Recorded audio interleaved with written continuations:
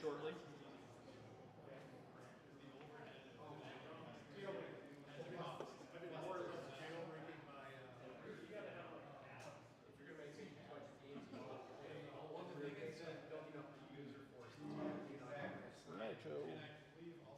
Hello. How are you? I'm okay. I'm looking forward to your talk. I so much so that I want to sit in the front row. We're going to use this mic or?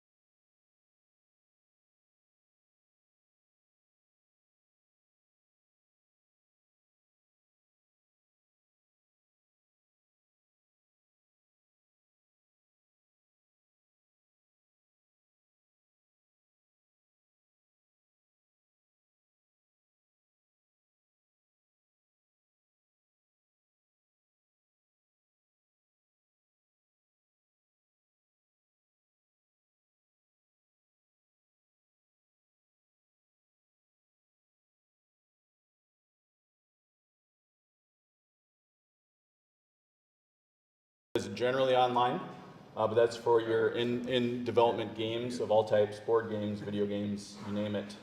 They got some real clever ways of streaming input so different people can try out your game. And then finally, the best for last, the fourth Wednesday of every month, occasionally the fifth Wednesday, is Minnesota VR and HCI, and you are here. And Zach and David hosted at REM 5, and let's have a round of applause for Matt and REM 5. I don't remember to do this every time.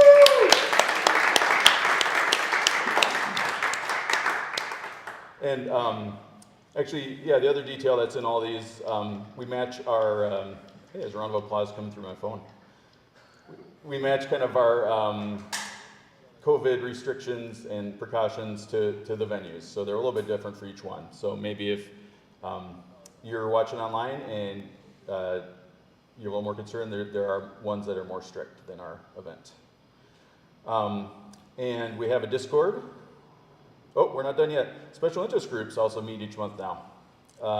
Women in Games Gathering just moved out to Wisdom, which is at the Mall of America. Has anybody been there? I haven't seen it. It looks fancy, and it's like a tournament game place and hangout, and they got food and In the mall, yeah. the top floor they have it's a super cool location. Yeah, it's cool looking. And then a POC get together, and that's in person as well, and that's on the weekend and it's longer. It's at Noble Robot, which is in Northeast or something. Northeast area, yeah. Minneapolis. Yep, and we have a Discord. There is also a Slack. This slide is plugging the fact that if you want to do an in-development thing for feedback but don't want to run your own Discord server, we make channels for your game. So there's a few that are on there already. And local plugs, other things are happening. Let's hear more about our new event. Yeah. You want to come on down and talk into the mic? You can grab that one. Here's a camera. I'll just go here. Right. Hey, how's it going?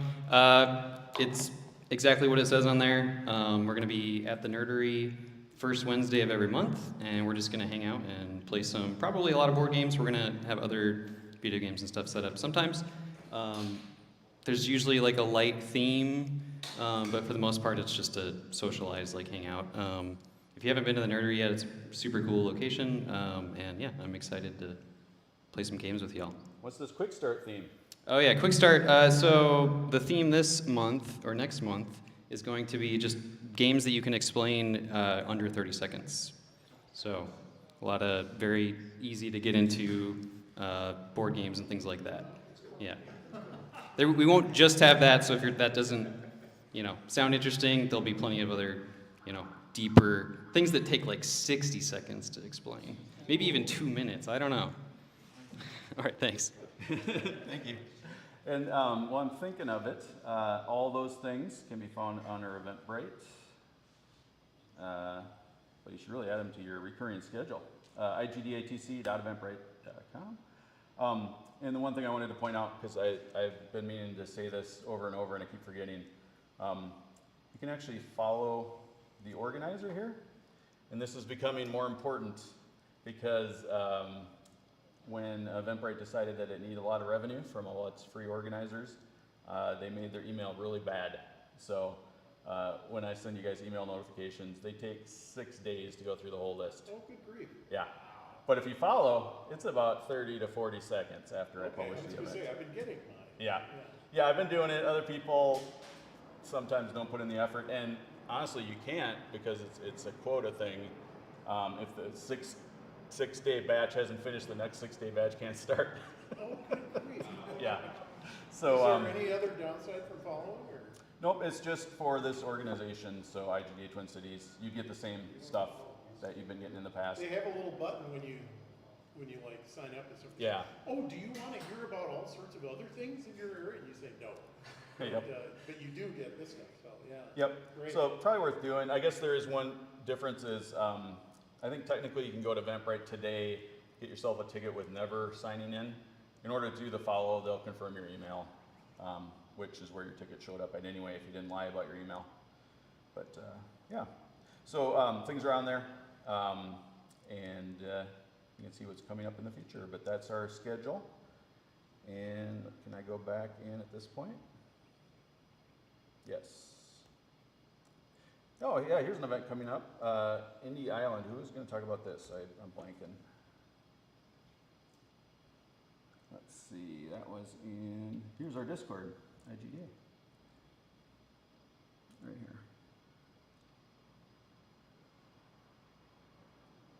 If you're here, you're gonna Oh, Trevor, you know about this? Oh, wait, Trevor's not here. Trenton's here. Okay. My bad. Too many new T's. So 2D Con, let's take a look. People have done this in the past. Anybody here done this? Did you do this, Scott? Previous year? Indie Island? Yeah, I did it last year. Okay. We've demoed like Verdant Skies and stuff as well. Okay. It's Yeah. pretty chill. There's not like a lot of requirements of what you have to have. It's just Yep. things like play. It's nice and affordable if you're just doing a table. But about this event, if you haven't heard of 2D Con,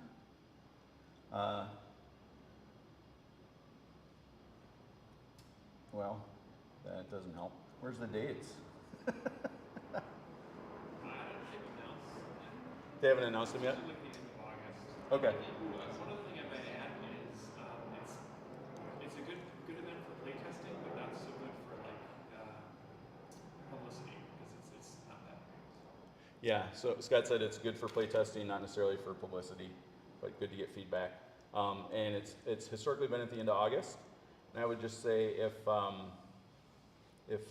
you're interested, hop on our Discord, and you can ask people that have been there in the past years, or you can hop right on the 2dcon.net and see more about it. Looks like the deadline for indie signups is the end of the month, so thanks. Aha, May 31st is the deadline listed for everything right now. Gotcha. Yeah, so that's coming up fast. All right.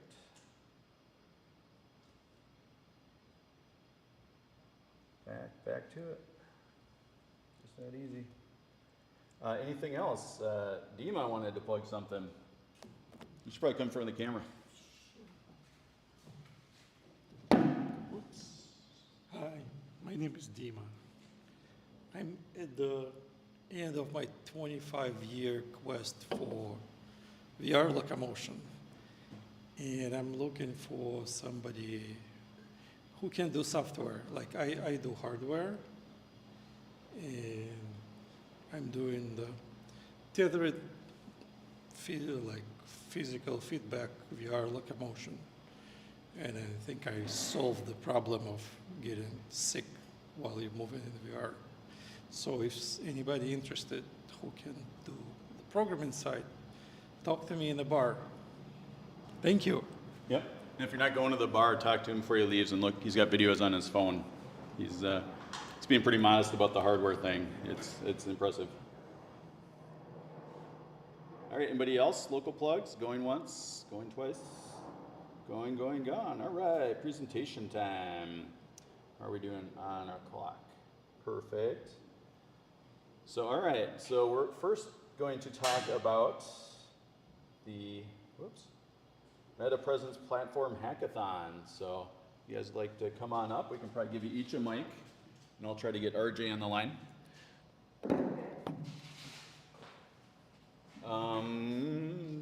We'll rotate the camera, we'll put you on this side, I think. And I'll run slides from back here. You can fight over the tall mic. Thank you. You get RJ on the line, you'll be able to make it in person.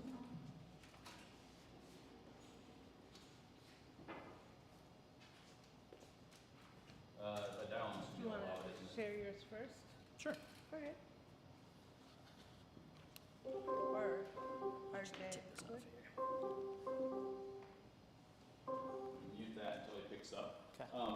Maybe first, how did you guys? Oh, he's there already. Hey, RJ, can you hear us? You're on mute. Yep, I can hear you guys. Okay. Let us know if anything gets weird. You guys let us know if anything gets weird. Supposedly we're canceling this audio out pretty well, is what RJ is telling us. But What's up, RJ? Hey, how's it going, man? Good, good. And I think we're using this mic right here but if, sounds like you can hear you. Cool. Yeah. So the Meta Presence Platform Hackathon, who wants us to walk us through the basics?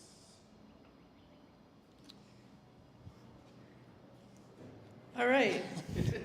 Hello, I'm Paige. Thanks for coming out to learn more about the Meta Presence Platform Hackathon. It was amazing, first of all. If you haven't been to Meta headquarters before, it's really fun there. But where they had us is this one space that I've gone to for other hackathons or events. So if you can imagine where we are, it's like their blue lit room. And you can see that in the photos, right? The blue cast rooms. There we are. What we were really focusing on was the Presence mixed reality SDK. And would you say there was about About 100 people. 100 or so people there? Yeah, and maybe 30 or so teams? That sounds right. Yeah. Yeah. Each team had 4 to 5 people on it. Each team had 4 to 5 people who had never worked before together. Although I think the Ontario team kind of came together. They were awesome also. So there was these parameters of making something with the SDK, but there wasn't a theme.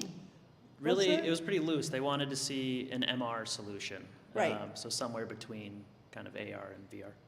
Yes, and you know how awesome that is. You can imagine that you're going to be using mixed reality in your own developing and creating games in the future, I'm sure. So it really is a good thing to learn. Thanks. Should we look at a project? Circle back to this webpage for the final stuff. So hey, what's this thing?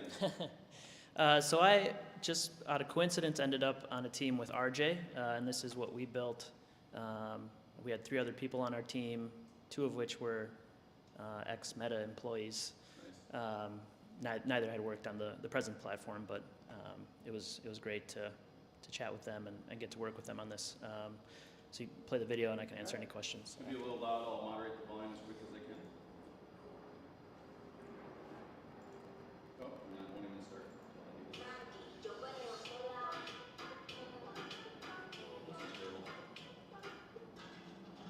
Introducing the recommendation engine, using discovery experience built for Meta's first ever presence platform hackathon.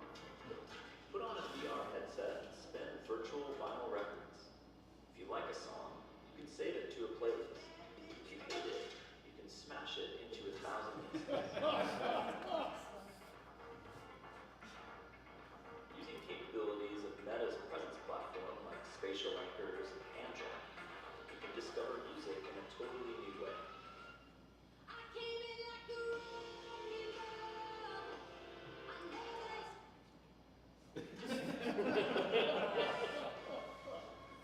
The Spotify API delivers songs and keeps track of your preferences.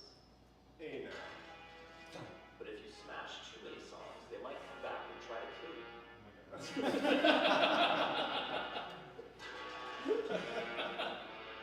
After you've defeated the final boss, you can get your playlist and share it with friends.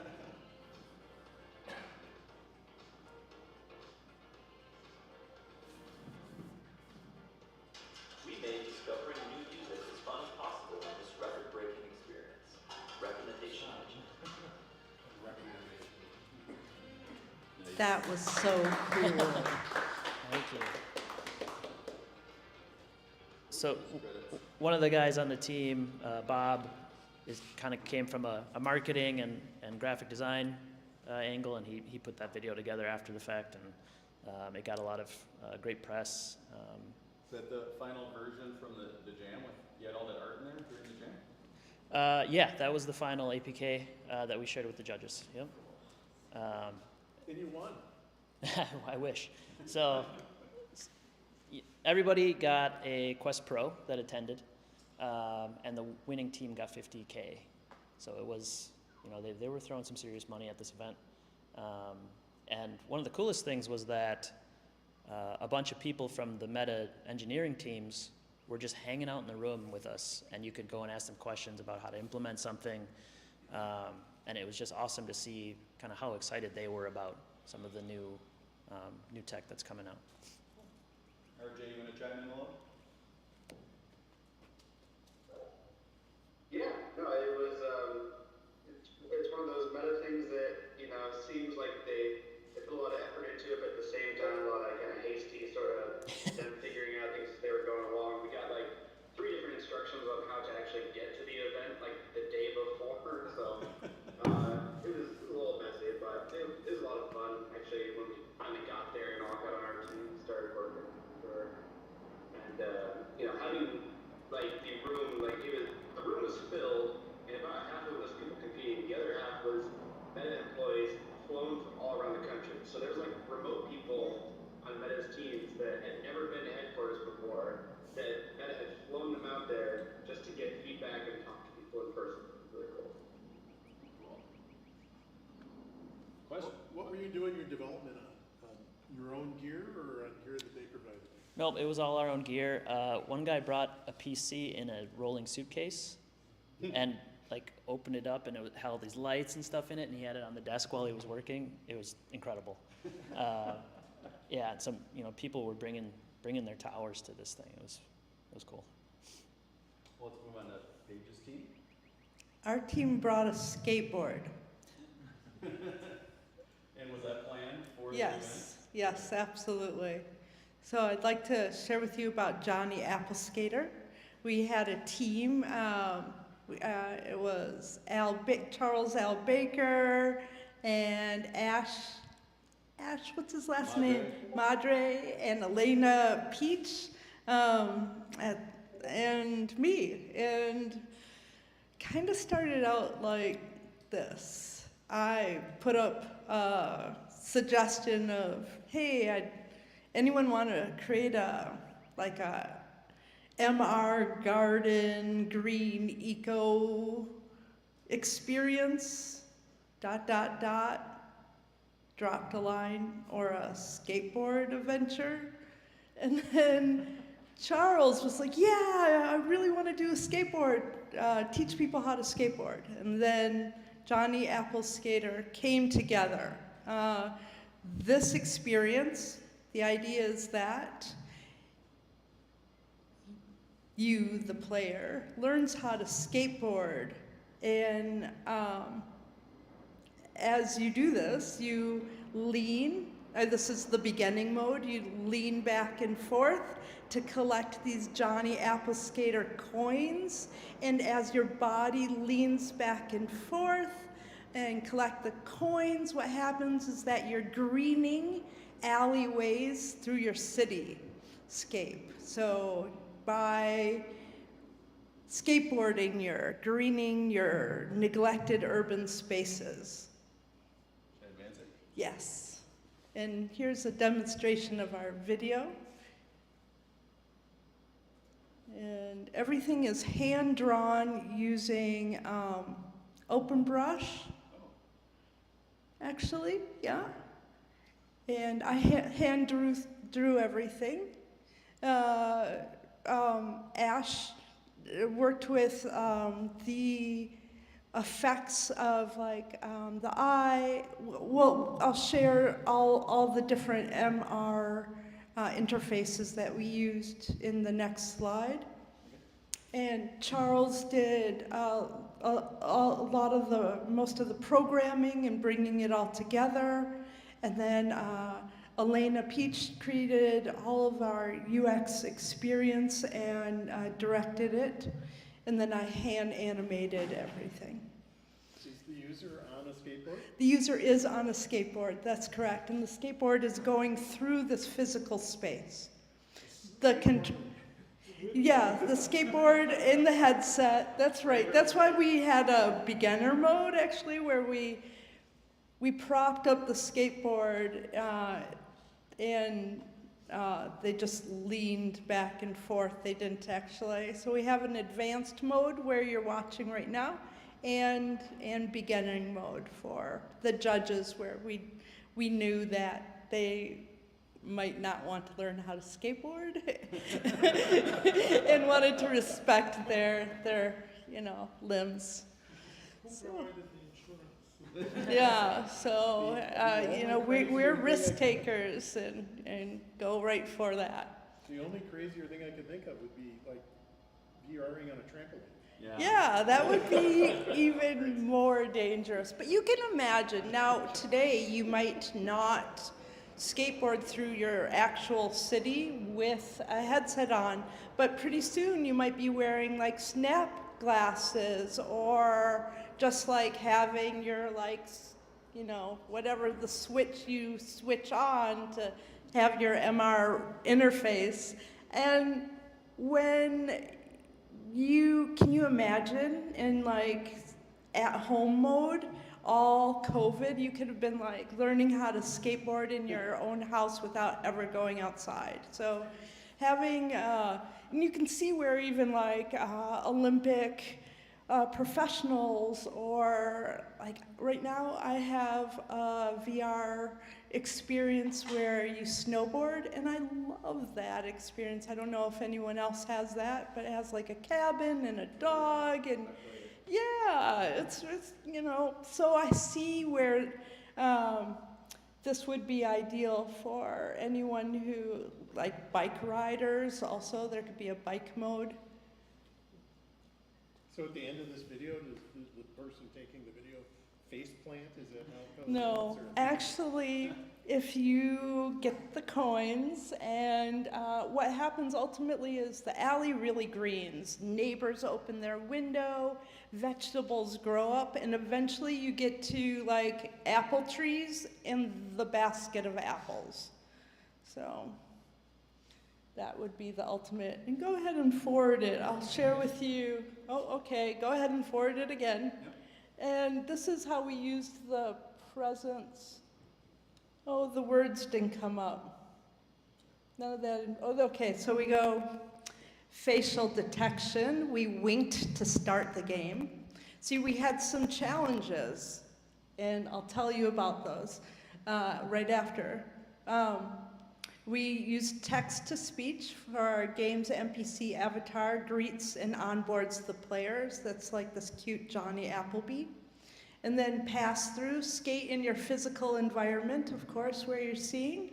And then color pass-through, watch the environment change colors as you collect more coins. So those are the ways that we used the SDK.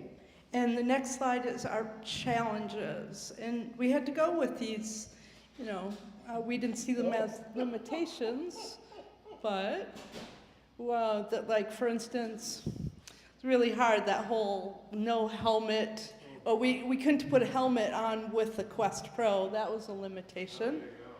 Having the controller on the skateboard, well, then we couldn't necessarily use gesture or our hands, right? Because we were only holding one controller.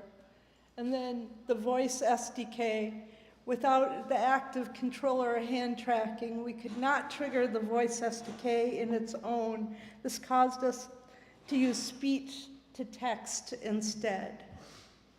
So those were the challenges we found with this crazy project. We didn't win, but I don't know why not. So, and here we are, Ash and Charles and Elena and me, and we even did some graffiti using king spray. So here we are.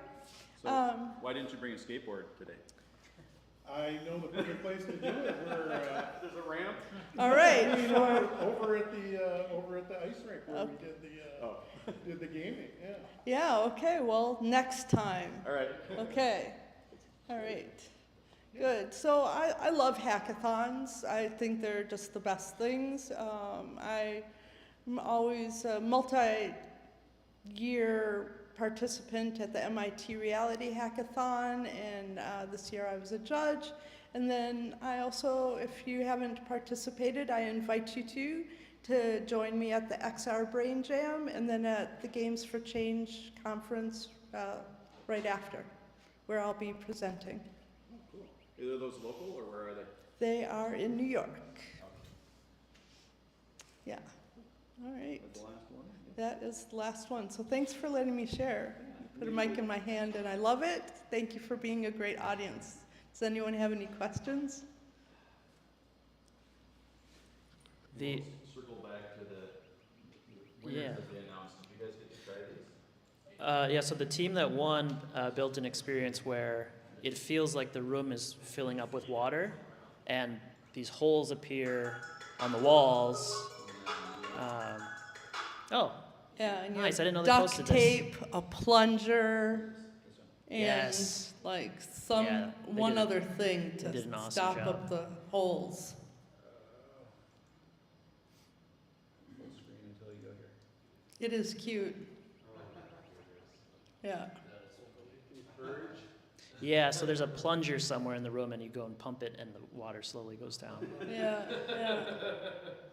So is that a shared experience? No, so that's No. one of the frustrating things about the platform right now is, they're really trying to bring people together and share these experiences, but, you still have to use Photon even if you're standing right next to the person. There's no real kind of peer-to-peer, multiplayer, they're releasing these shared spatial anchors. You still need to use Photon in order to share those spatial anchors. So they've got a long ways to go in terms of kind of bringing people together in the same room. So this is supposed to be mixed reality, but it looks like that's all generated. The all the furniture, all the walls, that's all real. That's all pass through. Yeah. Yeah. Yep. And if That- you're thinking, why can't you interact with the real world objects that says Meta won't let you access any of that data?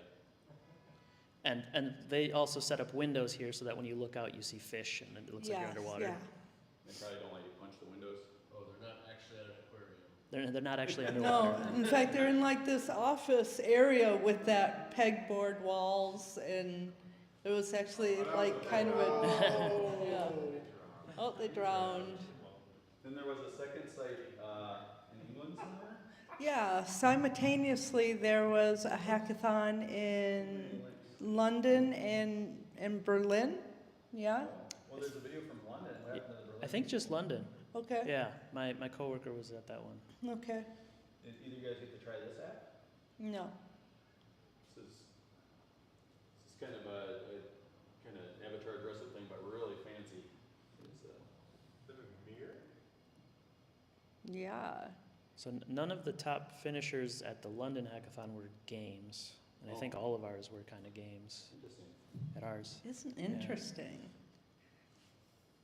But they're the same, those are different jungles. Different. They're happening at the same time. Yeah.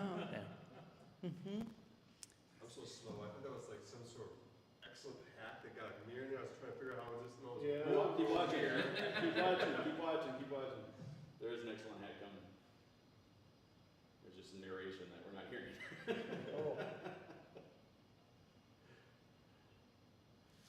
I should have previewed this. But watch now, here comes the excellent hack. Okay, it's still talking. Okay, it's about to begin. Very proper ratios. You can't see it anymore. You can see it. Hang on. There's your excellent hack. All right. I like it. Wow, my brain just blew up.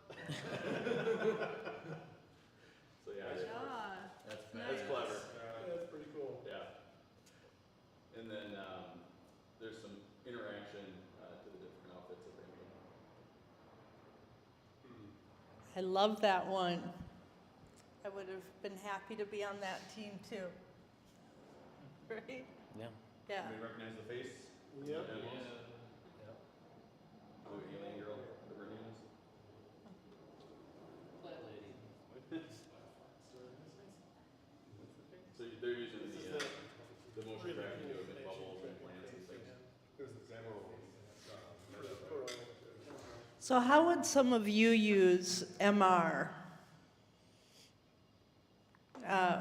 Does anyone have any ideas how you would use that in some of the things that you're working on, or inspired by that kind of pass-through or mixed reality?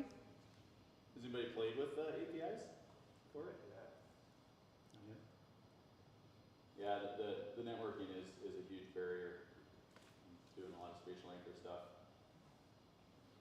I'm actually only working on anchors still after a couple weeks. Did they ever explain why they killed off all of their internal networking functionality and told everyone to use Photon? No. Yeah, that's a good point. They used to have the Rooms SDK and I forget the other name for it. Matchmaker. And now they just have example code. They used to have infrastructure. But yeah. So yeah, they each got 50,000 per team, I think. Pretty sweet deal. So we gotta be on the ball here next year, and everybody's gotta sign up. Okay. Absolutely. I want to see some of you there next year. So, So was our cost to get in? I mean, it's, no, and It's a paid trip. you just sign up, get over there. Yeah, you apply. I'm not really sure what the criteria are. maybe past experience. I Yeah. don't know. I mean, it's a mix too. You know, I was there as a designer, not a Unity developer. So Are you two sort of made people in the VR world, or RJ's got kind of a name? You know, he's kind of out there. Or is it, did you already have contacts in Meta? Yeah, I mean, Did this when you start? said you had No. to apply, were there people that didn't get it? Oh, yeah, no, Yeah. it was a competitive thing, but I've had a really long creative relationship personally with Meta. There you go. I've been Oculus Launchpad participant twice. I was a Facebook Community Leadership Fellow. I don't know why I got it. presented at Oculus Connect. You didn't have any experience with it before? There's a little contrast there. Yeah. A lot of Yeah. experience, no experience. Yeah, That's great. no, yeah, I've had a long history with Meta. I gave them my website. My guess is that they were short on designers. So, no. No, we love designers because no Right. actual team can be, yeah. They probably we- wanted more designers. Yeah, well, yeah, it's critical that every team has like designers, artists, developers, solution creators, right? We really, if an architect, I went to the MIT Reality Hackathon and there was a comedian there, right? With like no joke. Zero tech experience other than like making That's- reels. Yes. Right? Thank you, RJ. Yeah. So if you Water-cooled. don't think that you have skills or what it might need, let's say you're not a Unity or Unreal dev, that doesn't matter because you have some experience that will contribute. If you're new to this jam thing, we do a large event every January as part of the Global Game Jam, but there's always somebody in the group that's doing Ludum Dare or some other monthly game jam. I would say show up at the game dev meeting and just ask, just stand in front of the group and say, hey, who's going to do this such and such jam? This is my engine or this is my skill set. Yeah. Yeah, just to break down my team a little bit, because we really kind of divided and conquered. So Bob was drawing the textures, and then he'd give those to me, and I'd build the 3D models and apply the textures to them. Then I'd hand that off to RJ. And RJ was programming all the kind of interactivity and the physics. Jeremy was programming the kind of room setup, the scene setup. And then we had another guy, David, who used to be a sound designer for the UIs at Meta. And so he was doing all of the sound effects and the soundtracks and stuff. And so we just kind of were using Git to hand stuff off, and it was a blast. Maybe one last thing to wrap up here. We're a little over on, actually we're spot on for time almost. What was the weirdest or coolest thing you saw at the campus, like that just blew your mind? Did you take the tour? Yes, but I've been on a few times. Okay. Unfortunately, they were doing the tours when we were getting judged, so I wasn't able to go. But Okay. they took us to the kind of the campus sweet Ice shop. cream? Candy Yeah, store? it's like ice cream and candy and like, it's weird. It feels like you're, if you've ever been to Vegas where it's kind of like a small replica of a city and you're walking through it, that's how the campus feels. It's kind of strange. Like you're walking down a street, but it's just people and there's buildings. Yeah, it's a weird feeling. And restaurants, and there's like a music and an arcade. Yeah. Oh, the campus was designed by Disney? Engineers. Yeah. Yeah, but like Disneyland's designer, engineers, whatever, they're like bragging about like, yeah, they had Disneyland people helping us like design this, make it feel like Disneyland. It's like, it seems like Disneyland in the fact that it feels like you're looking at giant fake facades, but Feels fake like Disneyland. Yeah, or like cloudy, like meatballs kind of feel. Yeah. You can see how Horizon Worlds is kind of like a one step away from that little main street. That's true. Yeah. It's kind of the same vibe. Yeah. Yeah. And RJ, you told me about the candy shop. What's your second favorite then? The craziest thing you saw there?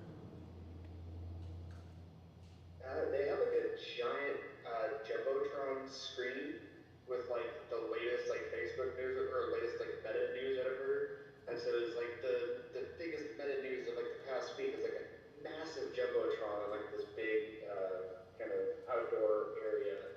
And of course, this is a week after they just did another 10,000 layoffs. So that jumbotron was suspiciously empty. There was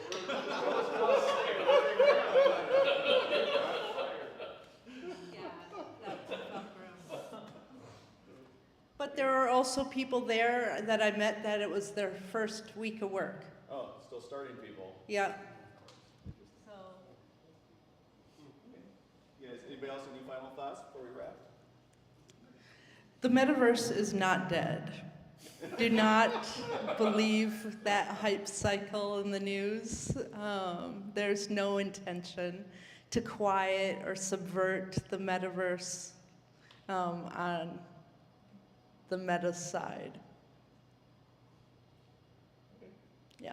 Well, thanks for joining us. If you've ever gotten sorry. I was gonna say, if you've ever gotten the impression from dealing with Meta personally or on a business level that sometimes it doesn't feel like they've got their ducks in a row and they don't know what they're doing, believe me, meeting them in person does not alleviate that. It's true. They had these meta mamas who would hurt us. Remember those meta mamas, right? Yeah, and they'd be like, oh, come over here. Don't sit outside, right? Yeah, after the first day, they got a complaint from security that we were wandering. Because we spent 3 days in a windowless conference room, Right. basically. Yeah. So we'd go out for fresh air, and they started getting complaints about it. But Some things that sound glamorous sometimes aren't so glamorous. So when you go to a place like that, I would never be like, oh my gosh. Always stay focused on your goal, your mission, your project, and the people around you. It's really a facade in so many different ways. But, I can say that because I'm emboldened. Right. So, yeah. Well, thanks. We'll switch gears now. awesome. All right, thank you. That was great. Can I plug my day job quick? Thanks, RJ. Thanks, RJ. Bye, RJ. Hope you're watching the stream. So this is my first time here, so I'll just introduce myself. I'm an industrial designer by trade. By day, I am the head of design and product at a company called Avatur, and we are a remote collaboration platform. What collaboration? Remote collaboration. So it's similar to like a Zoom kind of platform, but we have a 360 camera that somebody can walk around with on site, and that gets streamed live into the meeting. Let's just talking next month. And so all the remote participants can pan around independently and look around. We have some tools where they can kind of laser point to something so that the person on site can go over and inspect it. And so it's kind of a two-way communication using 360, and of course the remote people can slap on a VR headset and experience it that way with Ready Player Me avatars and the whole deal. So if anybody wants to chat more about that, let me know. Thanks. Thank you. Cool. All right. And congratulations on that game. I really like that. Yeah, Yeah, that was is brilliant. that gonna go forward, get released? I don't know. Okay, Both of the games look fun. yeah.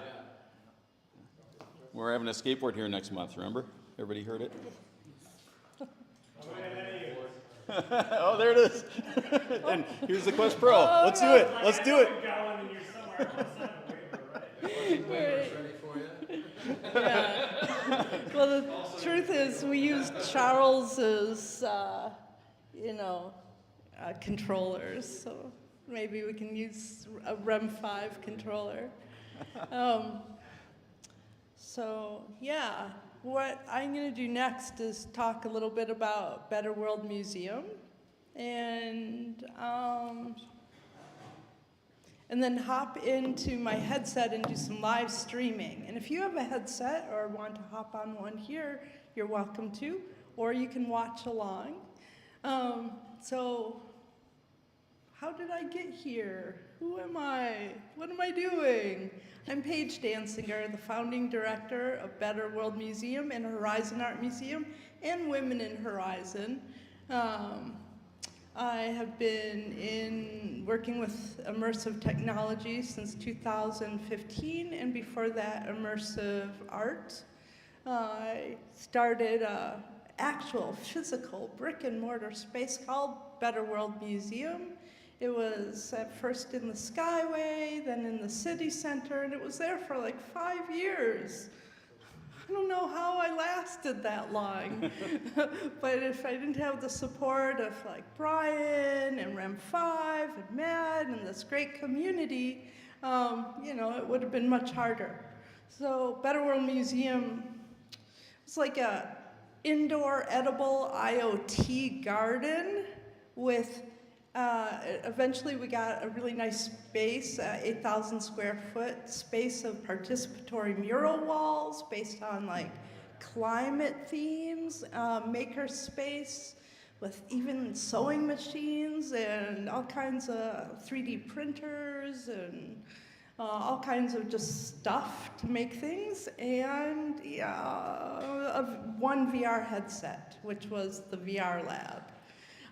In that VR headset, we did something, I don't know, I guess like right when I got it, actually I got a VR headset because I came to the meeting that was here. Brian set that up. There was how do you describe that meeting? It was a little bit before that. I came to like a meeting and someone was like, oh, you need a VR headset. And then I met you and you invited me upstairs, and that's how I met your whole team. But I was in the building talking about my work at a different thing, and someone there donated a VR headset, which was great. And then, someone from Meta sent me one to keep. But that was in like 2016-ish.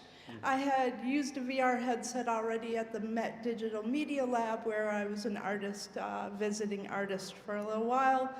I had created a software iPad drawing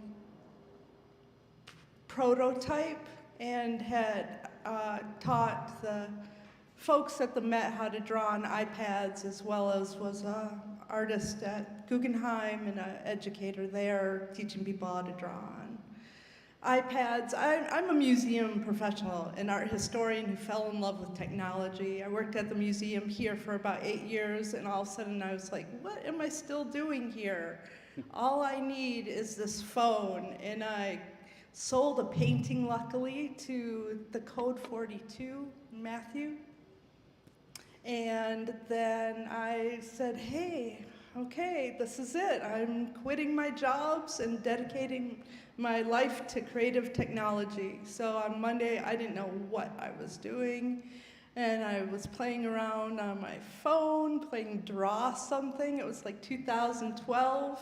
And I mean, the story went from there. But here I am now, and I've had experiences where I was a Facebook Community Leadership Fellow. As I said,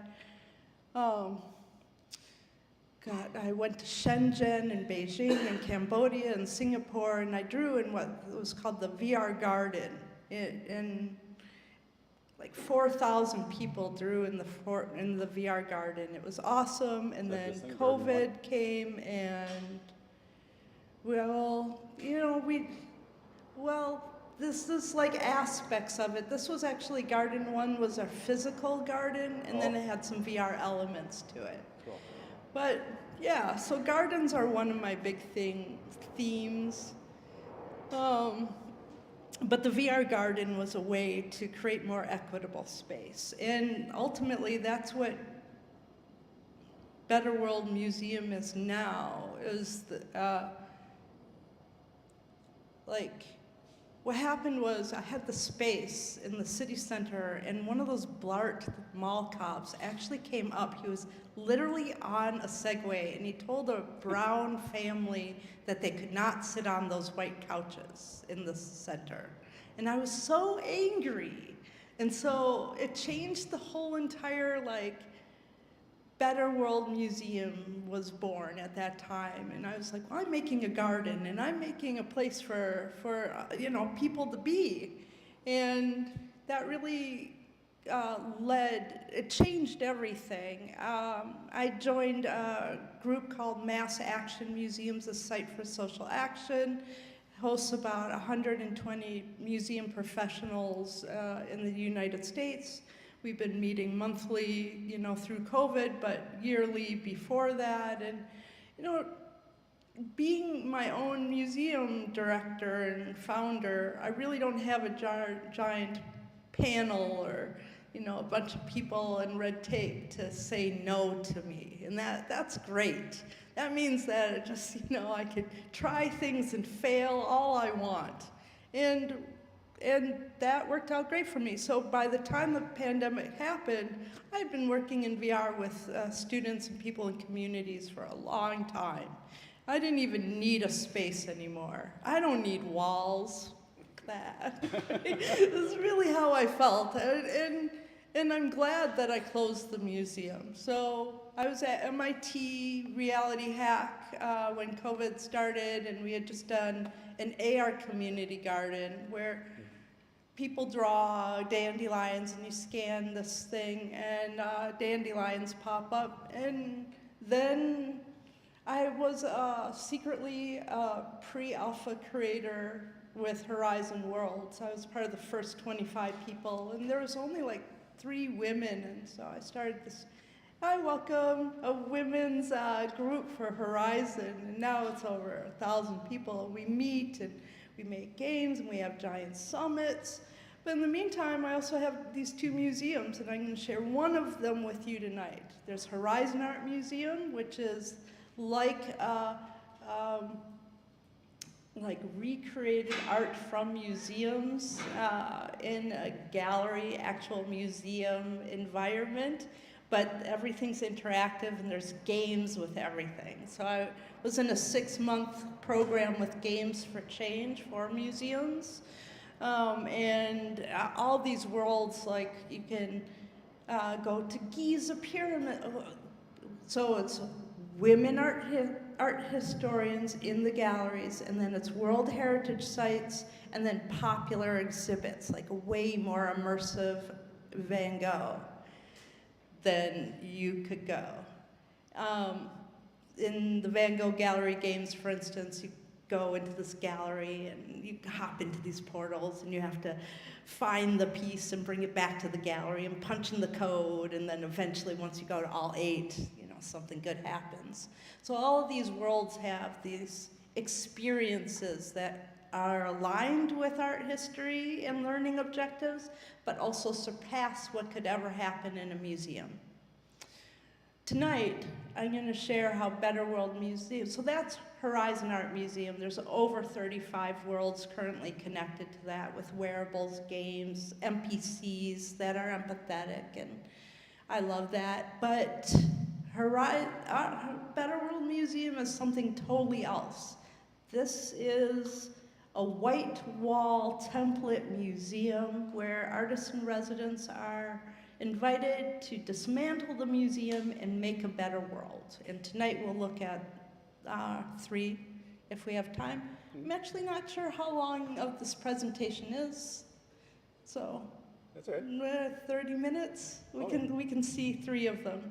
If we have any extra time, I'll bring you to Giza pyramids and we can go through the pyramids and We're flexible, but I was just Yeah. gonna bring up the schedule here. yeah. Oh, I So want to what we stay told on these time people- and respect everybody. Told these people they'd be sitting here until 9, so we Oh, got time. what time is it now? Coming up on 8, 5 to 8. Okay, perfect, 1 hour.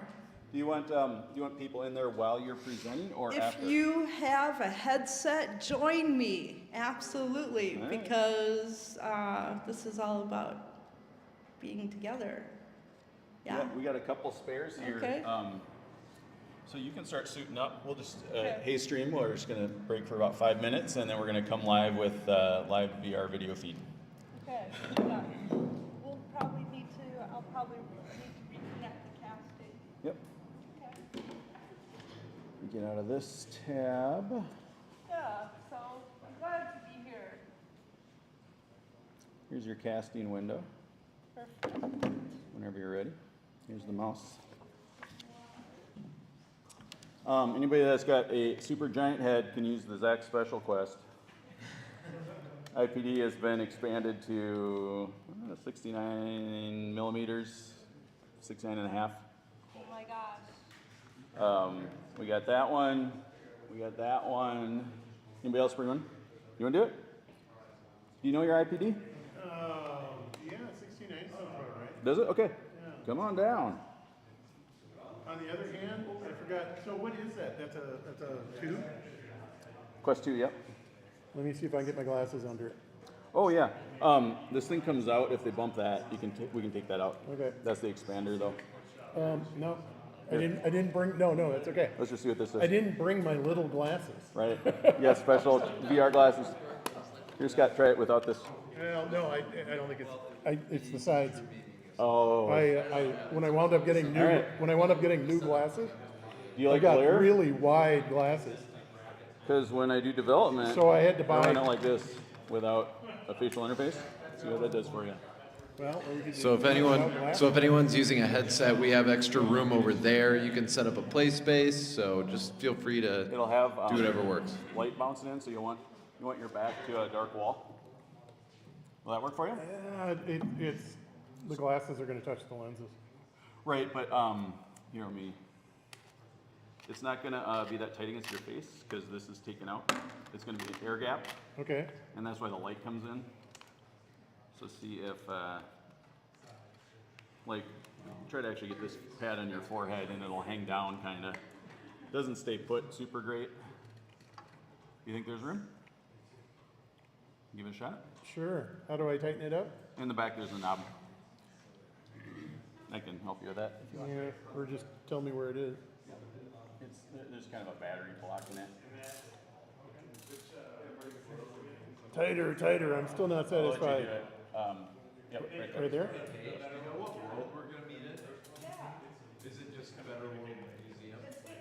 Better World Museum Artist in Residence.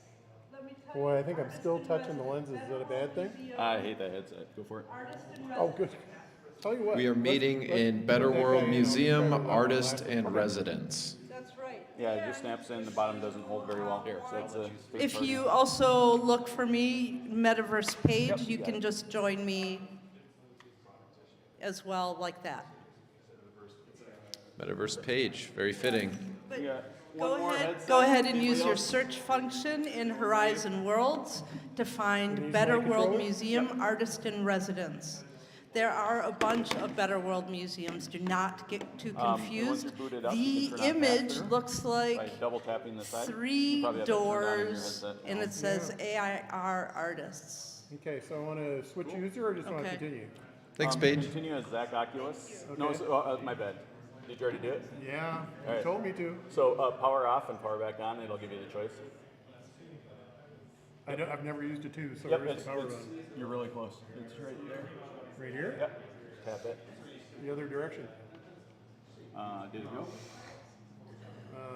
Power up. But you don't have to power off. You can just sleep it and wake it up. You're just always a step behind there, man. I can't see what you're doing. So I just remembered the question I wanted to ask you, which Yeah. is, do you ever go downtown? Yeah, gonna be there tomorrow. You say you and me and Jensen should go have lunch sometime. Yeah, it'll be fun. Try to get him on a schedule. And then my very good friend works in the same building and is buds with Jensen, so maybe we get him to come too. Maybe while we're firing you up, we can move you over past Okay. the TV. Where am I going? I don't know. I'll be kind of here. All right. Oh, hey, Remy. Welcome. Is this your first time in Horizon? So awesome that you're here. So I'll teach you if you squeeze your controllers and do thumbs up, you'll have emojis. Yeah, that's right. You must be, like, our height is kind of different, but that's okay, don't even worry about it. And then we'll probably. And now, if you throw both your arms up, you'll have confetti hands. That's right. And confetti hands. That's right. Now, one thumb up is a yeah. All right.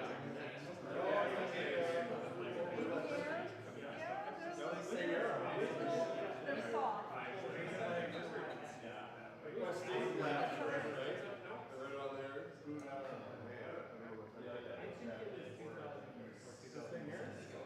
And I can grab my camera. Oops. I might not be able to use my camera because I'm streaming. Hey, Agent. Awesome. Come on together and we'll get a group selfie. I'm super tall, but don't mind me.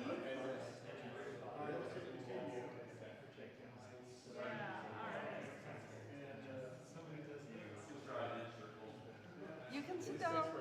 That's totally fine. Yeah. Yeah, cutting hands. That's right. All right, thank you for your patience.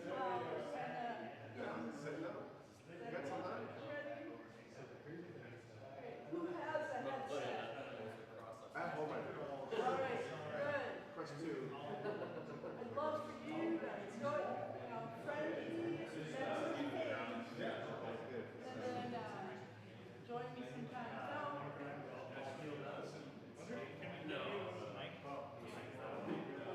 Mike, yeah.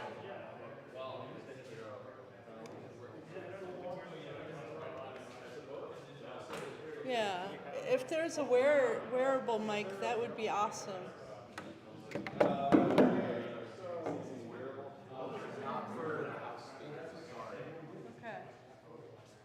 We could put the stand maybe in front of the mic stand. Yeah. Just put it low maybe. Sure. You'll punch it a few times. That's okay. That's okay. I can see you really well around me, so. Yeah, it doesn't really have to be that close. Yeah, thank you.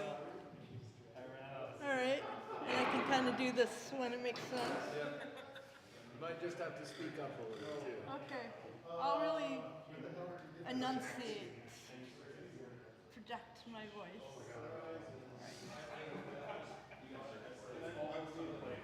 So a lot of people don't like Horizon, and that's totally understandable. Before Horizon was Facebook Spaces. All right, I think we're gonna get back into it, everyone. Yeah. Facebook Spaces was Cool. sunsetted in 2018-19, and it became Horizon Worlds. I was in the first group of 25 creators in the pre-alpha program, and to date I've built well over, I don't know, maybe 250 worlds, and maybe I've instigated or participated in another 250 collaborations. But way back in the beginning, when the tools were half of what they are, And there wasn't even like particle effects or snap grids or anything. I built Better World Museum, and I left it pretty raw. I did add some texture to the floor, but otherwise I didn't correct my like missnapped walls or anything. I just left it. Today I'm a much better builder and a scripter, but here, this was really, the design was inspired by a world that was created in Rec Room. While I was secretly in Horizon, I also ran Better World Museum in Rec Room, where it was a space focused on teen leadership role development.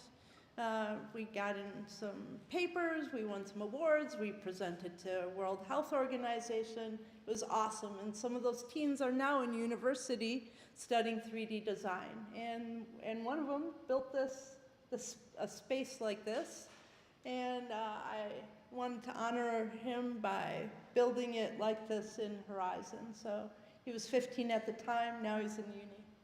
All right, so we've got some friends here, which is awesome.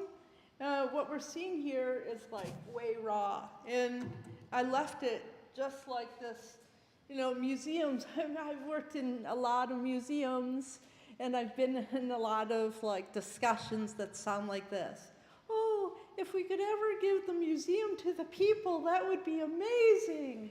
And then somebody says, oh, wow, let's start a program and have them come for like 3 weeks and do an artist in residence program. And then, oh, that's so great, and then we can move on to another community and we can maybe forget about them. Oh, that would be great, that just works for us. Let's send this forward. All right, I've heard something that sounds a little bit like that a lot, right? And we've all seen that, right? Where people have good intentions, but then, you know, and even I have good intentions, and sometimes I fail too. But this one's working out. So right now, this is this white wall template museum. Over there, it looks like that's like the Museum of Natural History and the Met. And oh, over there, that's the Guggenheimish. That's amazing. But the rest of the museum is just sort of an empty template. And there's some cool 3D drawing pens and an experimental space and some, just like, some pedestals with nothing on it. And really, that's fine, because what the space is about is really this. It's, we invite artists to download this white wall template museum. Hey, Kevin. Hey, it's almost your birthday. Hey, welcome, join me. I'm here with the international game designers at Twin Cities, so just join us on this tour. So we're going to be checking out, yeah, it's all live streaming and there's an audience. So.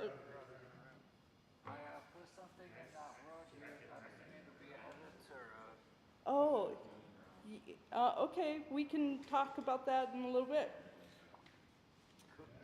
All right, so first we're going to check out, okay, so people are invited to download this template and then completely dismantle it and make it a better world, right? So whatever their version or vision of a better world is exactly what we want to see. And then really the museum is theirs. It is no longer my museum. It's all about dismantling the hierarchies in museums.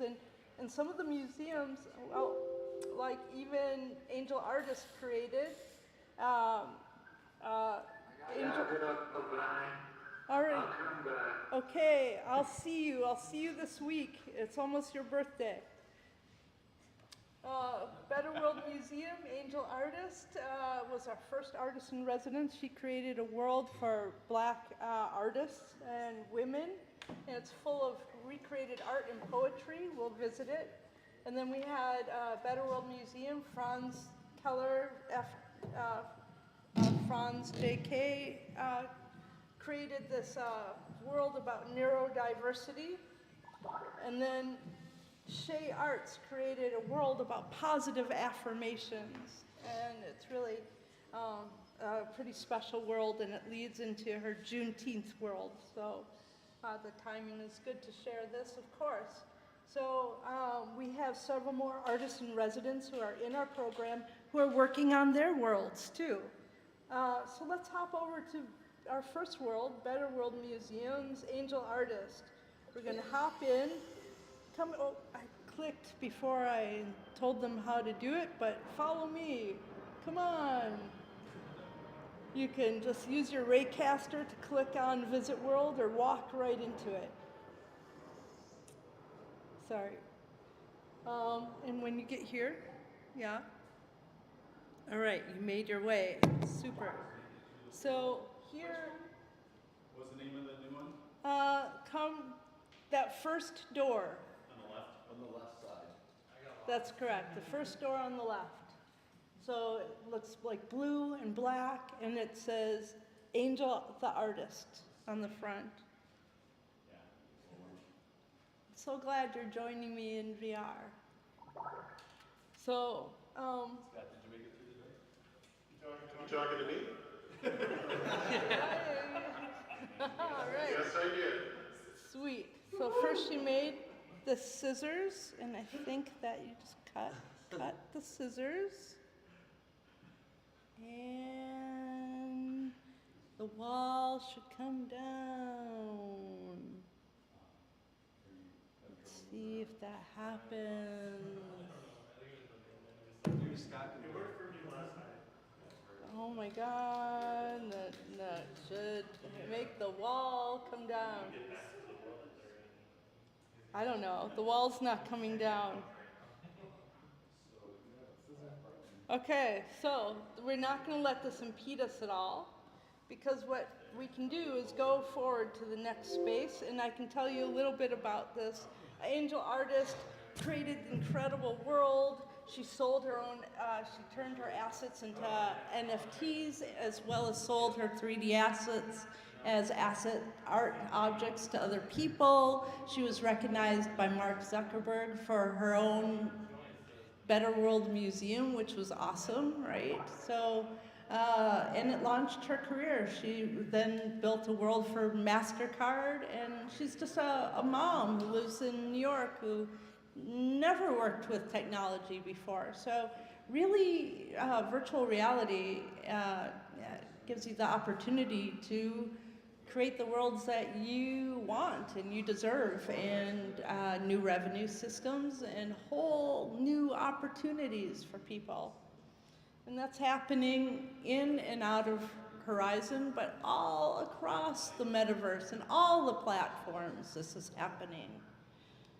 So I'm going to throw out a portal next to the next space, because we're just going to move forward. And I'm going to find from here, we'll go to Better.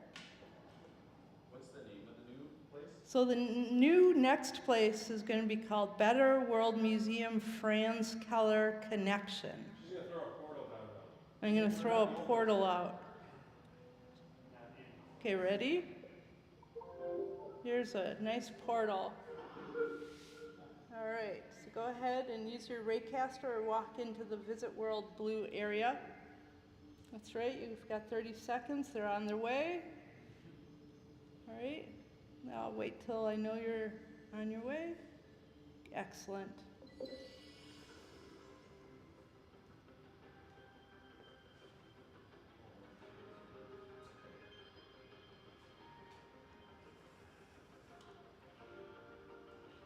VJ Franz K is a neurodiverse artist, and he really, each one of these projects kind of launched a passion of building for each person. So he changed the spawn-in point to here, and then you enter into the museum. And he's got these friendly NPCs. He's got, an opportunity to put on some wearables. Here's some cool glasses or mask, right? Paige, can you say one more time what we're hearing? Yes, this is called, it's Better World Museum Franz Keller Connection Competition. Okay. And there's this whole it looks like you changed it a little since I was last in here. And that's really great because these worlds can be updated and changed, and you kind of transfers through this whole landscape of words and like things of like information that you can get totally lost in, and then kind of come up here. This is what I tend to do here. 'Cause I love jumping in VR, right? So and I go up to these solar, and then you can look around. But looking down, there's words like Tesla was OCD or learning disabled, and Picasso was dyslexic, and he has all this information about autism and different neurotypical. Oh, come on, let's go. So here is the little transporter. And I'm gonna hop up on here. Hey, let's go. Come join me. Oh, because now I just jumped off. Boop. All right. Go when it's ready. If you're with me, come ride the drone. There's no way that's safe. It's not, which is the best part. Come on, let's go. Safer than a skateboard? Well, skateboards, drones, rides. One of my favorite is a ride I made in the sculpture park for Horizon Art Museum. It's a hay ride. All right, so all of this is Franz Keller's creation, and you can see as I look around, it's like just a neurodiverse information experience, right? Where all of these are different LEDs and things to learn about and stretch your mind and draw your own conclusions in different ways. So, yeah, yay. So I invite you to come here anytime and check it out. This wouldn't have ever happened in a real museum. I know it. All right, so let's throw out another portal to Shea Arts World. And I will find that. Click.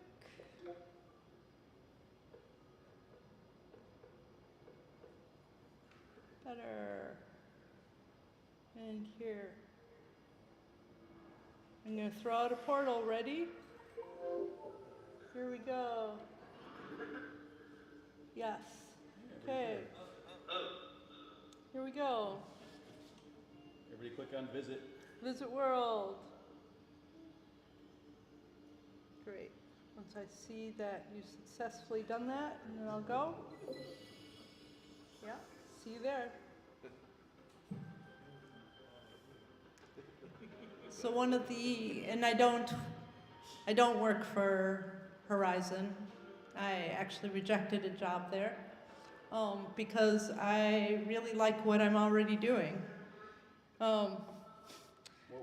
And I have other jobs aside as well, but also I really have a great relationship as a creative creator with Meta, so I didn't really want to work for them. I have the opportunity to have other kinds of support and relationships with them. And I learned when I worked at the museum for 7 years that when you're an employee, you're always kind of an employee, but when you're the artist in residence or a founder or the artist of something else, then people say yes in way more meaningful ways. So yeah, go right on in. You know what to do. Go right in through there. Right. Okay, follow the lines. And you get into, and this is the beginning of the Shea Art sort of journey, and it's going to wrap us around to all these beautiful spots. And you can keep following, sorry. So there's these vignettes. This is really early in her career of a world builder. And now Shea Arts is, she's like a Unity developer now, and she just spoke in Paris, and I mean, she's just really, her whole career has just changed in so many ways. And this is really, she lives in Tennessee, and this is some, like, some local parts of her own town that inspires her. And then we keep going. Come and follow me. Yeah, yeah. And we continue on with different vignettes that are really speaking to the African American mother's experience. There's poetry in each of these vignettes that you can, so here, for instance, Mother's Pride and Joy. I'll kind of hop up on this platform, and then you'll see a figure coming out. This is pretty amazing. Everything is created with primitive shapes. There's 15 shapes that everything's made out of. Let me back out and continue going. And you can navigate this at your own speed. I kind of tend to speed along and get lost a little bit and not sure where to go. Wait, this way. And then she made this, inspired by Women in Horizon, a group that she's a leader in, and continuing forward and feeling the weight of the world. And you can see some of the shapes are transparent. That's either text in like a lightened text, because text is also great to build with. Okay, continuing forward. And then some, like this is a transparent shape, and that's an inverted shape. That's another magic thing we can do. And you can see this is her vision of like green space vision. That's some poetry. Then exiting out. And then there's the garden that she created, where now we can see parts of all of the vignettes around us and different doors that go to her worlds. So Shea Arts, she's an amazing creator. I'm really proud of her work. In all of their work, so all three of these creators have really, their whole lives have changed because they just felt supported in a sense of ownership and agency over their museum. And now they host their own events in these worlds and build their own things and went on to have interesting careers. So that's Better World Museum right now today. I don't know what it will look like in the future. It'll always change with new technology, and that's sort of the exciting part of just being super flexible and wanting to be an early adopter and everything. Now, do we have any time left? Yeah, we got almost a half hour. Oh, awesome. Okay, then let me show you, if you will allow me to show you a couple of Horizon Art Museum's worlds. It's a more hands-on passion project where I'm building in, and these are it's also a site for social action, and I'll show you how. So, It's got another portal coming. yes, that's right. Oops. We don't need the camera.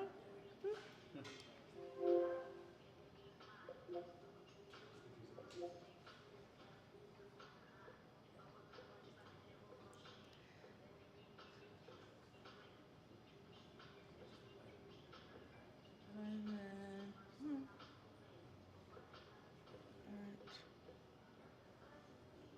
all right, I'm going to throw out a portal. Is anyone here with me? Yep. Okay, awesome. So this again was a really early world that I made really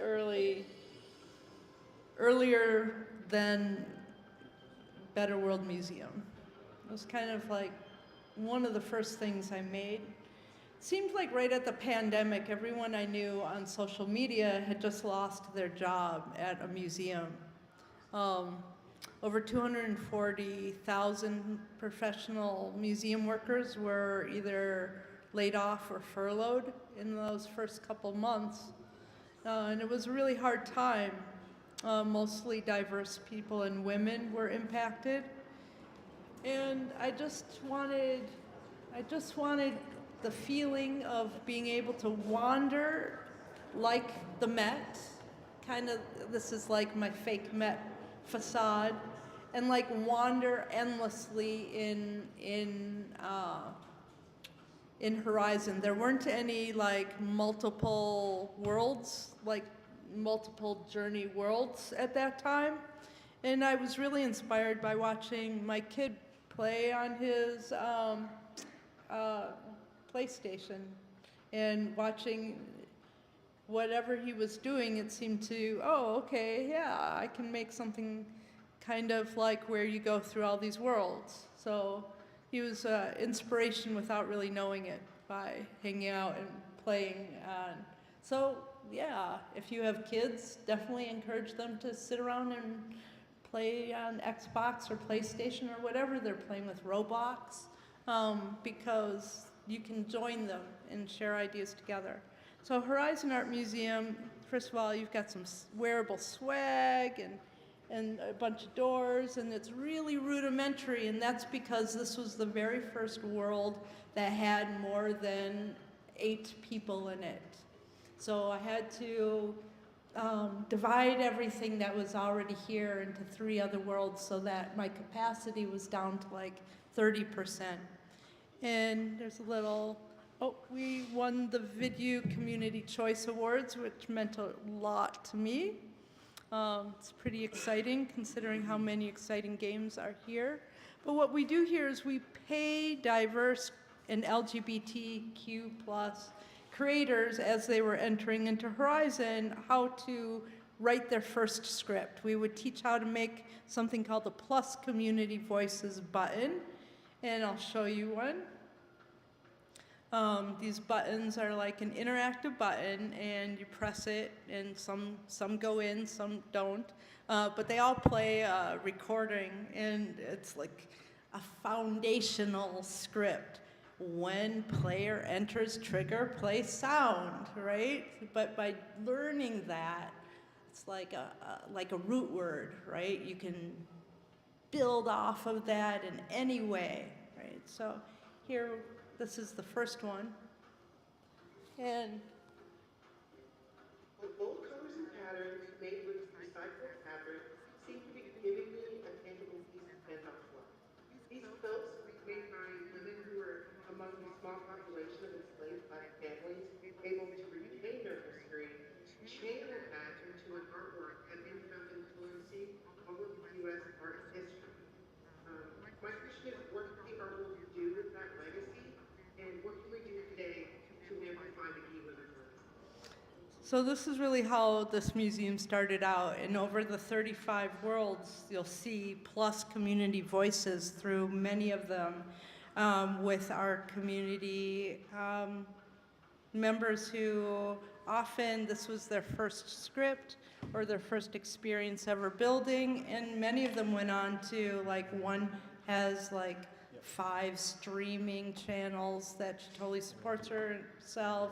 One started like a talk show. Another person started like she's like a voice actor now, or voiceover person. So it kind of, you know, if you have a history of trauma or anything, you really kind of often don't use your voice, and empowering people to use their voice has been an important part here of our experiences. Now I want to invite you, let's go to Giza, one of my favorite places to take people. Although it doesn't have the most games. The most games are actually at the sculpture park, where we have everything from emoji treasure hunts to a wearable game with Convince the Critic game, which is really fun, and it has a ride. It has an actual hayride that brings you by these scripted waypoints. But people really like visiting Giza, so let's go there. I've never been to Giza in real life, and if I did, I know it would be really hot, and I might not have the right footwear, nor might it be legal to climb all the way to the top, or to go all the way in and tell ghost stories or anything.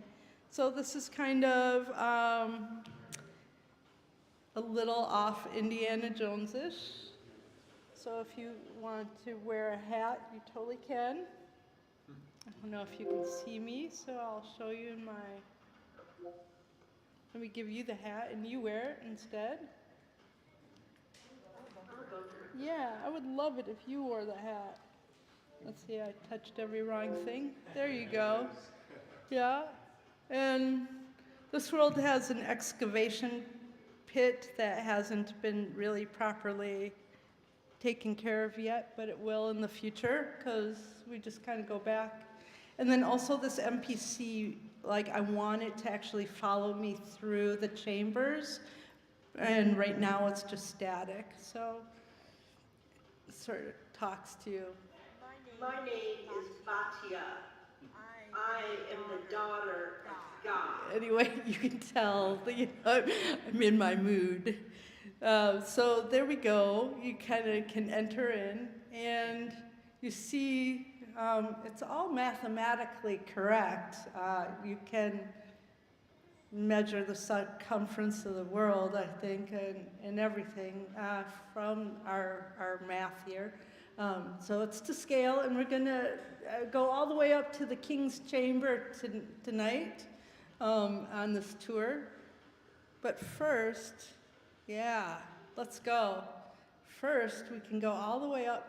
Oh, and there's a couple other worlds. There's Palmyra, where you can parkour all over Palmyra and collect coins of Queen Zenobia and learn about your value.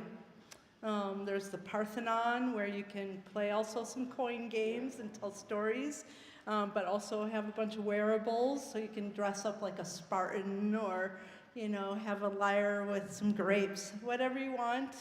You can be Cupid, but ultimately the point of this world is to find the missing sculptures and put them back at the Parthenon. Then there's like a little world hub atrium. And if we kind of sneak up here to if we grab the scarab, we'll go up to the top. Is anyone with me?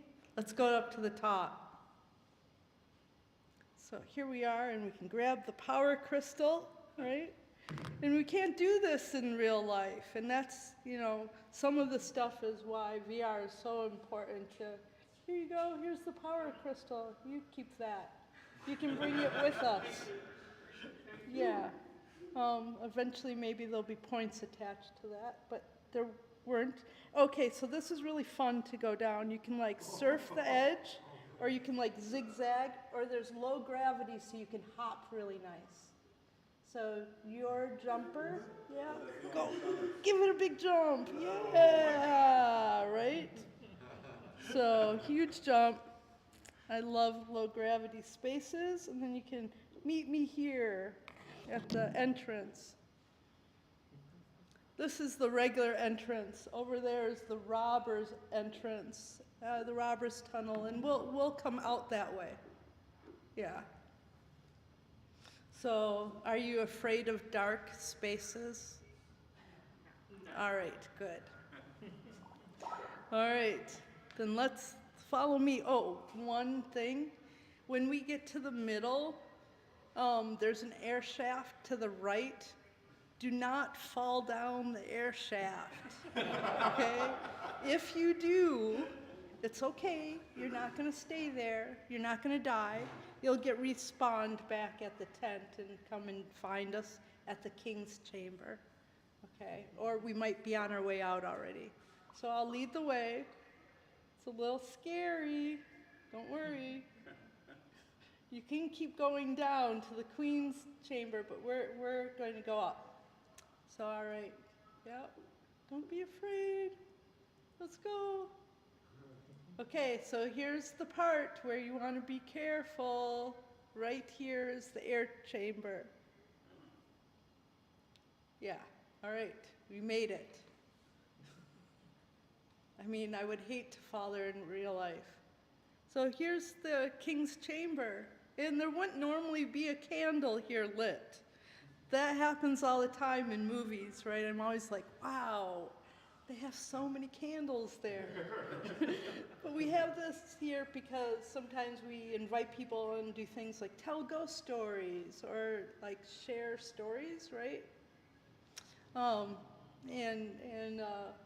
We don't want anyone to feel uncomfortable. So the sarcophagus is here, and it's definitely empty, right? It was emptied years ago, and there's not hieroglyphics in the space. There's actually some red markings on the ground. I don't know what those are, but we didn't add them here.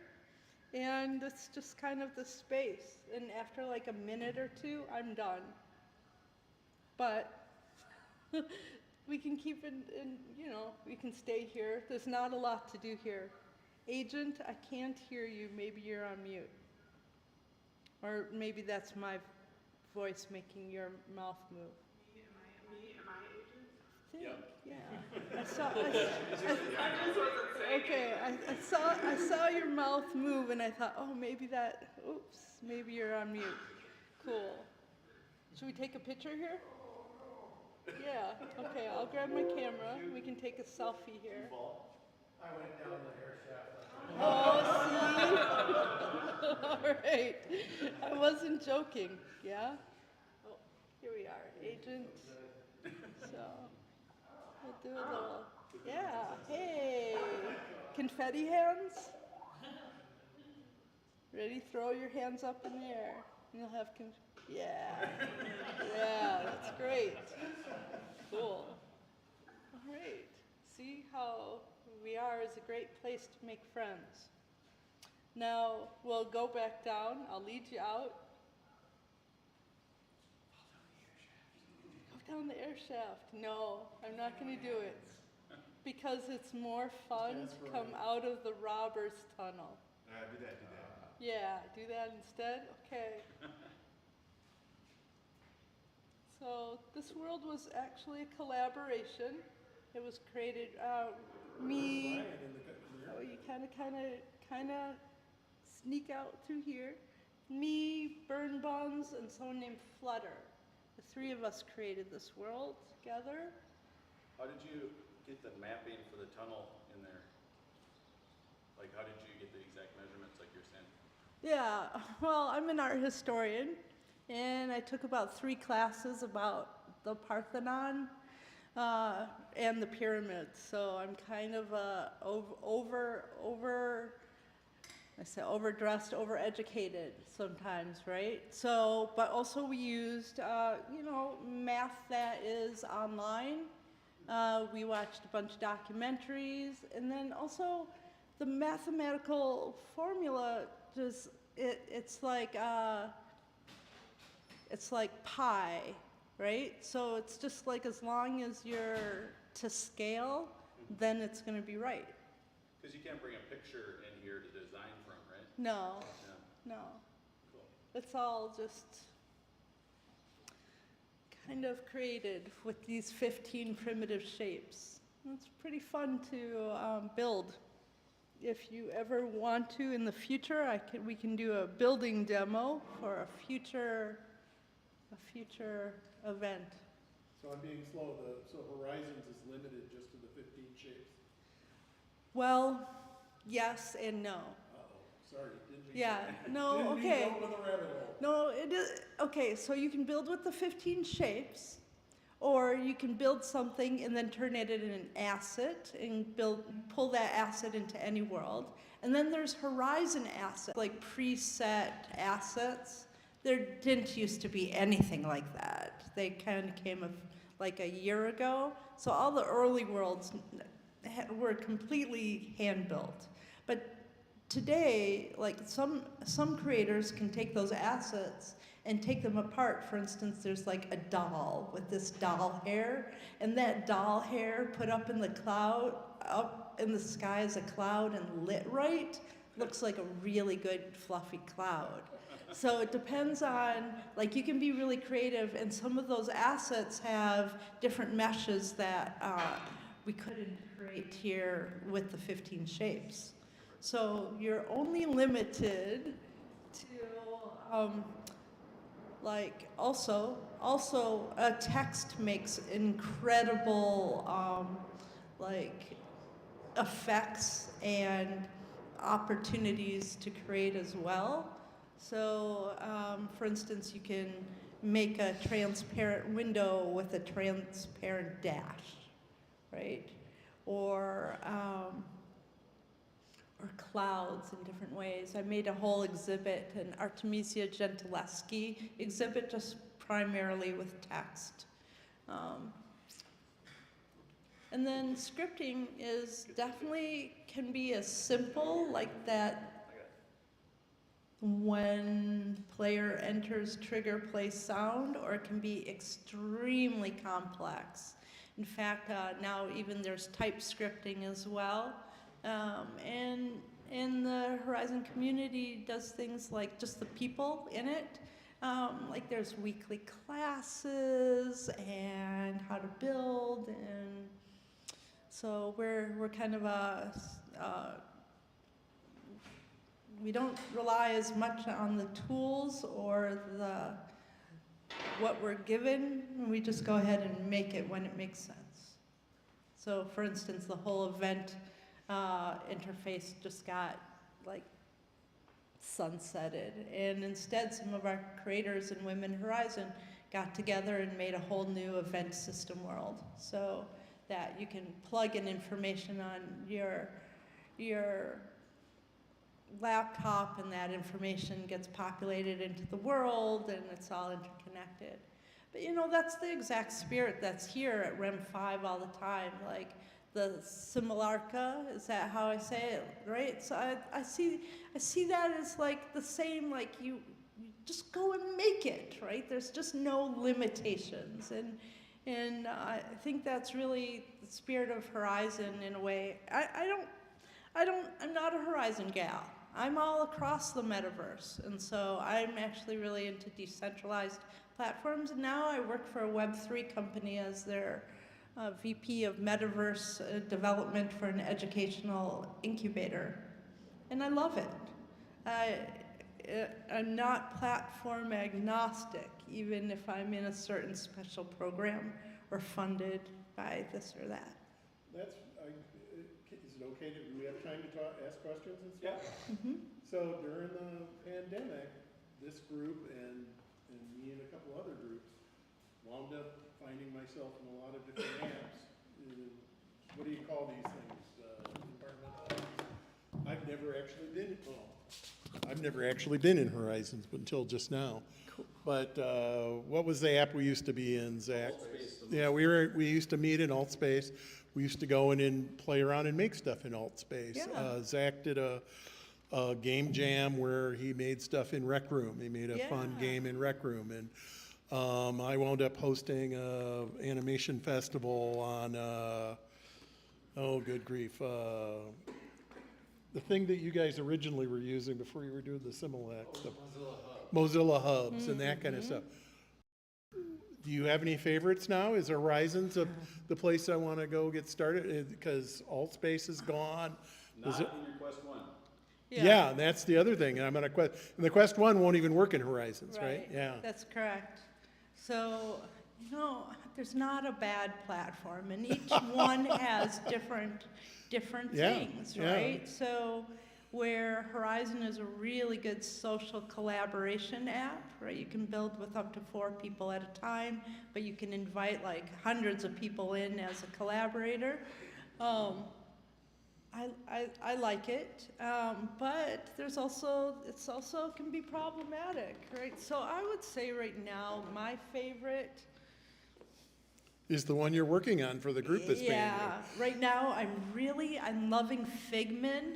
It's a mixed reality creator app. And I also, my favorite right now is VR painting. It's also a mixed reality. It has a giant art studio with also skateboard ramps in it. But the quality of the painting is really lush. Yeah. No, that's great. You're doing great. I'm also learning Unreal, Unity. Well, that's another fun thing is yeah. at least one of them sitting behind me now, and Patrick's not here.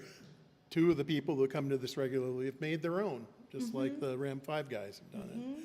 Yep. And so it's something that I almost miss from the pandemic, in that it was a lot of fun. Yeah. And we wound up, where we go to a bar now, we'd have the typical, presentation in a little theater, and then we'd open up some portals and we'd jump into AltSpace VR, going into galleries like we were just walking around. And it was, a couple of the fun people down in Austin would say, well, I got this cool gallery I know about, and a portal would open up and we'd all jump in there. Yeah. And we would be there till 1 a.m. That's right. Walking around looking at stuff. I became a acolyte or whatever, I believe. And so I've sort of missed that, and if I was gonna get in dabbled again, maybe that's what I wanna do. Oh yeah, I think there's something really special about social VR. There's that presence, right, where you can high five and like have this haptic exchange, share like these incredible experiences and build together. Yes, make eye contact. During the whole Zoom thing, the thing that got me is I would wind up Zooming with, my normal friends, for some reason, and I want to talk to just one of them. There'd be 5 of us, 8 of us there. I just want to talk to one of them. Well, in AltSpace, we just go stand in the corner and talk, and nobody could hear us. Yeah. And it was like, okay, the avatars look stupid, and sometimes the eyes and things are weird, but the spatiality to it and all that stuff was like, this is so much better than Zoom. And the media doesn't get it. It was so funny because every once in a while, somebody in the media would go do it and they say, oh, it was so sort of interesting but stupid. I had to put on this headset and all, and I would literally be in there for, from 6:30 till 1 a.m. for 5.5 hours, or whatever that is, Right. 7 hours. And it was then amazing, but it was still fun, and I think it would still be fun. So, gosh, your stuff is so cool. I was so enjoying it. So. Thank you so much. So I create a lot of different worlds, from museums to I'm really into gardening, so I have a lot of space and future city gardens of demonstrating how we can really be better stewards or create eco-friendly spaces.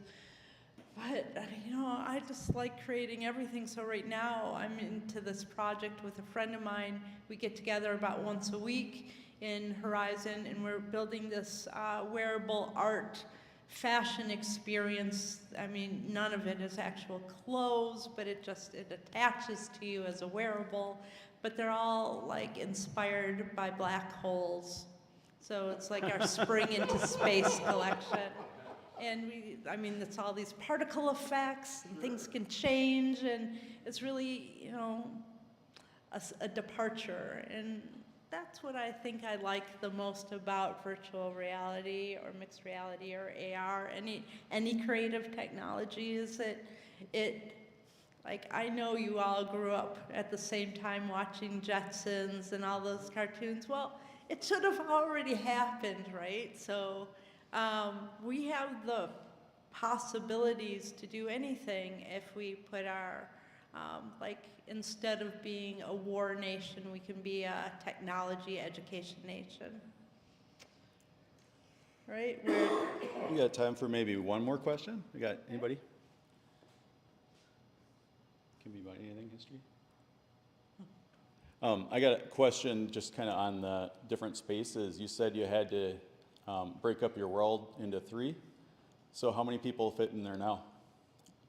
The total capacity is 32. Oh, If wow. you build like smart, Mhm.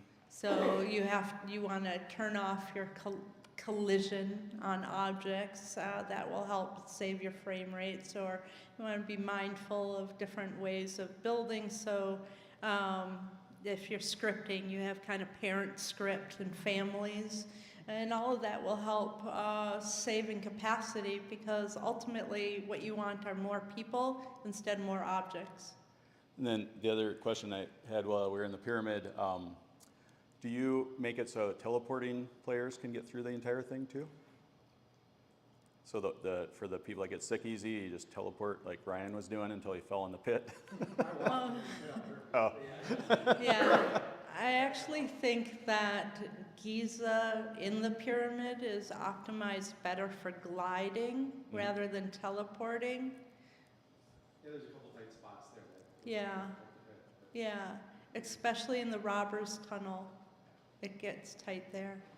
And do you test the worlds both ways, both locomotions? No. Okay. I'm really a glider, and I forget about teleporters. Oh, yeah, it's just a setting. It's just a setting in the settings. It'll actually be your very first question. When you open up your settings, they'll ask you your transportation preference. Yeah, so I get sick really easy, and Ryan does too. I'm surprised he jumped off the cliff. Yeah, Yeah, maybe, it's okay. I kept trying to I follow you did around. it for myself, I knew what would happen, but I had to go down the air shaft. Yeah, I mean, because I told you not to do it, right? It makes it more fun. So, yeah, I see your hand up. It's not a question. That's okay. Even if just your thoughts or Yeah, perceptions. it's not a question, but I just want to touch on like how excited you are about things in VR, just a departure from reality. And I remember you. You did the LAN party. I couldn't see you both Yeah. from back there. That's Sarah. Oh my God. Yeah. so Yeah, I love you guys. I was in one of your museum openings in VR, and someone was still working on the space while we were in it. Cool. And suddenly the whole museum got shifted, and we all started falling in parallel, but for several minutes. It's just it's a special memory that I have. Oh my gosh, I'm so sorry. That was probably before I knew how to make a respawner. Well, I think you had an intern world building for you, and they hadn't locked it, and but I mean, like, it's still like a pretty vivid memory that I have. That's a great memory. You can fall forever, right? Sometimes VR allows us to do things that we could never do in real life. Like, I remember I would never do this. I am a risk taker, but I'm not a stupid risk taker, right? So there was like a 100-story building with a tightrope to another 100-story building. And I went across it, and I didn't fall, and I felt like $1 million, right? So when you do those things, or like climb a whole mountain, I climbed a whole mountain. Actually, it was like Skull Island Mountain with He-Man, but like it was perilous, and it was scary, and I was sweating. But I got to the top of that mountain, and it's like amazing, right? So you can like really overcome situations or empower yourself, or like free fall and know that nothing bad's gonna really happen, right? It's an empowering space where you can create the worlds that you want and deserve. Great. Well, Yeah, that's an awesome thanks. note to end on. Let's give a Yeah. huge round of applause. Yeah, That was great. thank you. I really enjoyed sharing with you. Thank you all for being so welcoming. Thank you. Well, thanks everybody for coming. Thank you, stream, for watching, and we'll wrap that up. And for anybody that is going to the bar afterwards, we need to get the right size table. So I can just get a count. For anybody that's never been to the bar, you should probably know where it is. Club, yep, that's it. It's at 103.94, so about 5 to 10 minutes north of here. It's called JJ's Clubhouse, and they're never full, which is why we love them. Don't jinx it, don't. That's a good point. How many people are going tonight for a while?